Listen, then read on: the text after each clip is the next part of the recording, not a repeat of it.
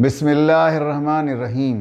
अस्सीरा TV channel में खुश आमदीद। मैं हूँ जावेद अनवर। मैंने गुज़श्ता वीडियो में कहा था कि मौजूदा फाहिशा तहरीक सिर्फ अमले कौम लूत नहीं है, बल्कि ये एक नई जेंडर थ्योरी लेकर आई है। 20 जुलाई 2005 को कनाडा में हमजिनसियत की शादी का फेडरल कानून बन गया, लेकिन उससे कबल ही 10 सूबों में से 8 सूबों में और 3 में से 1 यूनियन टेरिटरी में हमजिनसियत की शादी का कानून बन चुका था।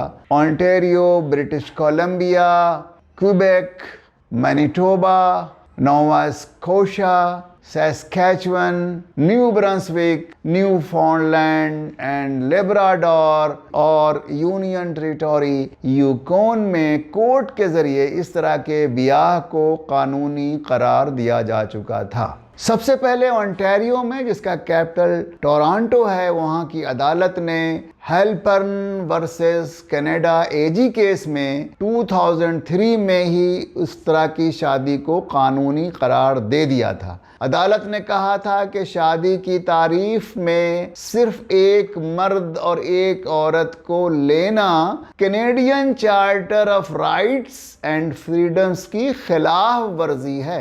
वाज़ेह रहे कि 1993 में ओंटारियो की सुप्रीम कोर्ट ने लेलैंड वर्सेस ओंटारियो केस में ऐसी बौड़ाही शादी की इजाज़त नहीं दी थी।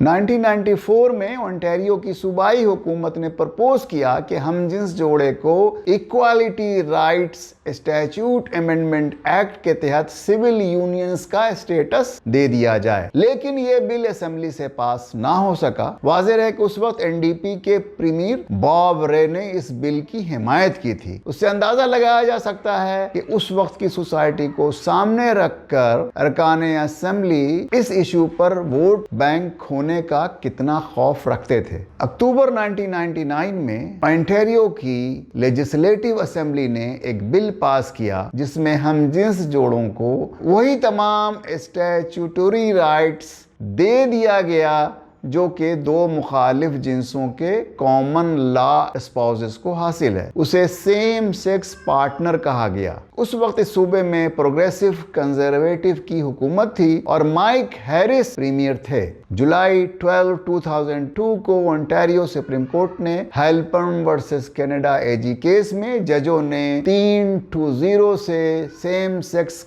कपल्स को शादी की इजाजत दे दी, लेकिन उसके इम्प्लीमेंटेशन पर स्टे लग गया। 2003 में हेल्पर्न केस के हमजिन्स जोड़ों ने court of appeal for Ontario में अपील की कि उन्हें शादी की फौरी इजाजत दी जाए, और अदालत ने वही section 15 of the Canadian charter of rights and freedoms के तहत इक्वालिटी प्रोविजंस का हवाला देते हुए स्टे को खत्म करके उन्हें शादी की इजाज़त दे दी। उसके बाद 24 फरवरी 2005 को ओंटारियो लेजिस्लेटिव असेंबली ने ओंटारियो सुप्रीम कोर्ट के फैसले से हमाहंग करते हुए एक बिल पास किया जो रॉयल कंसेंट के बाद 9 मार्च 2005 को कानून बन गया। लेकिन इस कानून में इस बात को इंश्योर किया गया है कि मजहबी इदारे और क्लर्जीज को उनके मजहबी अकीदे के खिलाफ मैरिज कराने के लिए दबाव नहीं डाला जा सकता। लेकिन यही प्रोविजन सिविल ऑफिशियल्स के लिए नहीं था। उस वक्त ओंटारियो असेंबली में लिबरल पार्टी ऑफ ओंटारियो की अक्सरियत थी और डाल्टन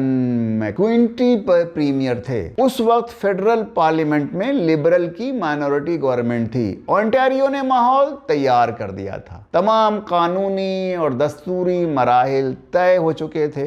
बिल 38 2003 में हाउस ऑफ कॉमन्स में लिबरल वजीर आजम जीन करीटा के दौर में पेश हो चुका था और उस पर सुप्रीम कोर्ट ऑफ कनाडा से राय मांगी गई थी कि same sex marriage Canadian charter of rights and freedom से कंसिस्टेंट है या नहीं। 9 दिसंबर 2000 2004 को सुप्रीम कोर्ट ने हाँ में जवाब दे दिया था। चुनांचा 2 माह के अंदर ही 1 फरवरी 2005 को बिल 38 को पार्लियामेंट में लाया गया और तेजी के साथ 28 जून को सिविल मैरिज एक्ट बन गया। उस वक्त लिबरल हुकूमत के वजीर आजम पॉल मार्टिन थे। अल्बर्टा के कंजर्वेटिव प्रीमियर रैल्फ क्लाइन ने मुतालबा किया कि इस बिल को पास करने से पहले कौमी सतह पर पब्लिक रेफरेंडम कराया जाए, लेकिन पॉल मार्टिन समेत फेडरल की चारों पार्टियों के सरबराहों ने इस डिमांड को रिजेक्ट कर दिया। यानी सबके दिल में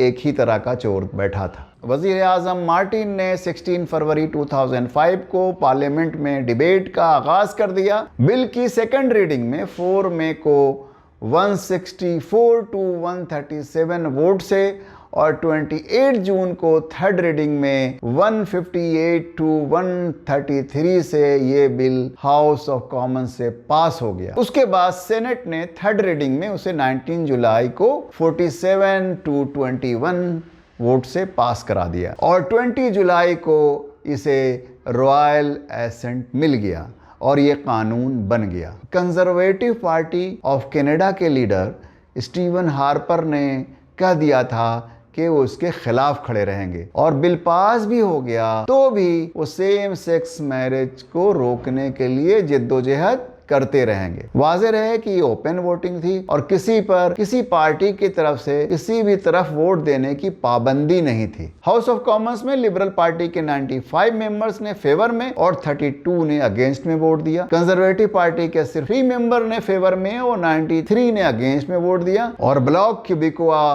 के 43 मेंबर्स ने फेवर में और 5 ने अगेंस्ट में वोट दिया। न्यू डेमोक्रेटिक पार्टी यानी एनडीपी के 17 अरकान ने फेवर में और सिर्फ 1 ने अगेंस्ट में वोट दिया। आजाद अरकान 2 थे, दोनों ने अगेंस्ट में वोट दिया। और ये बात सबको मालूम होना चाहिए कि फाहिशा की सबसे बड़ी सपोर्टर पार्टी एनडीपी रही है और उसके बाद लिबरल पार्टी, बाकी सबका नंबर बाद में आता है। बहुत जल्द ही एनडीपी और लिबरल पार्टी इस मामले में 100% एक पेज पर हो चुकी थी। हार्पर की लीडरशिप में कंजर्वेटिव पार्टी ऑफ कनाडा 23 जनवरी 2006 को इलेक्शन जीत गई, लेकिन उसे अक्सरियत नहीं मिली थी।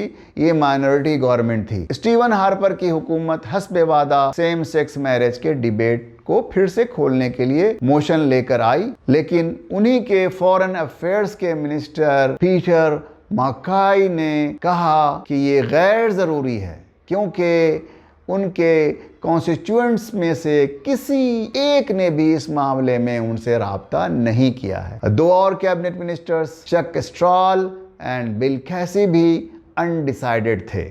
Minister for fisheries and oceans Loyola Hearn भी इस मोशन के अगेंस्ट थे। लीडरशिप फेडरल पार्लियामेंट के मूड को देखते हुए सेम सेक्स मैरिज के सपोर्टर्स इस मोशन को जल्द से जल्द पेश करने के लिए कह रहे थे ताकि मोशन को फौरी तौर पर शिकस्त दे दिया जाए, जबकि मुखालफीन उसमें डिले चाहते थे। दिसंबर से 2006 को हुकूमत मोशन लेकर आ जाती है और दूसरे ही दिन ये मोशन 123 टू 175 से डिफीट खा गया। उसके बाद वजीर आजम स्टीवन हार्पर ने रिपोर्टर से कह दिया कि मैं अब मुस्तकबिल में इस सवाल को रीओपन होते नहीं देख रहा। यहाँ एक बात और वाज़ेह कर दूं कि सिविल मैरिज एक्ट 2005 में भी मजहबी गुरोहों के नुमाइंदों को आज़ादी है कि वो ऐसी शादी कराने, निकाह पढ़ाने से इनकार कर सकते हैं जो उनके मजहबी अकीदे के खिलाफ हो।